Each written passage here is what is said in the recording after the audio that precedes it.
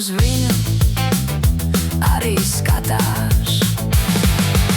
Tā teiktu psihologs un pētnieks, bet nepiekristu gaļas izcirtējs, arī sētnieks.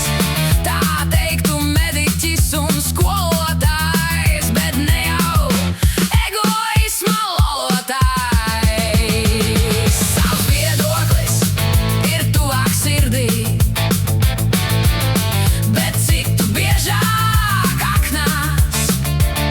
Savs viedoklis tomēr ir savs, laikā uz viņu arī skatās.